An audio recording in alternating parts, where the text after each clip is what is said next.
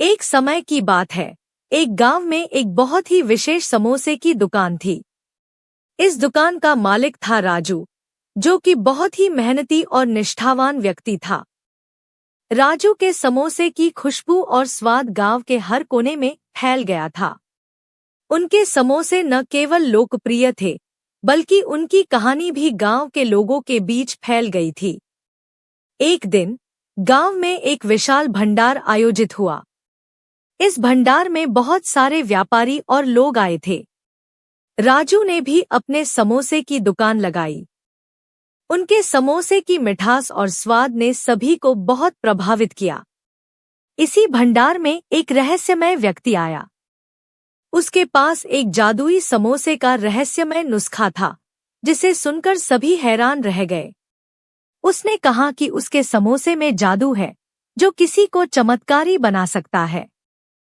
राजू ने उसे चुनौती दी और कहा, अगर तुम्हारे समोसे में सचमुच में जादू है, तो मेरे समोसे को भी बनाओ।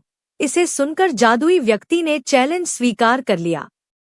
राजू ने उसके समोसे को खाया और कुछ ही देर में उसकी आंखों का आसपास चमक आ गई। राजू को चमत्कार में विश्वास नहीं था, लेकिन उसने अपने समोसों को बेचने में जो उन्होंने अनुभव किया, वह अद्भुत था।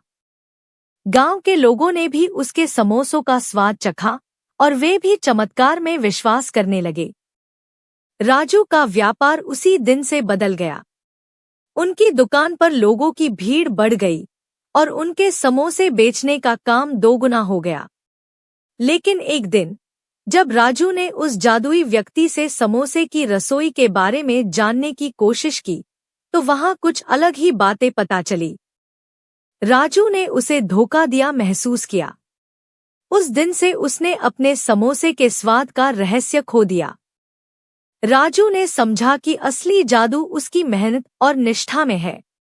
उसने फिर से मेहनत करना शुरू किया और लोगों को अपने समोसों का असली स्वाद प्रदान किया। इस कहानी से हमें यह सीखने को मिलती है कि इंसान की असली ताकत उसके अंदर ही होती है।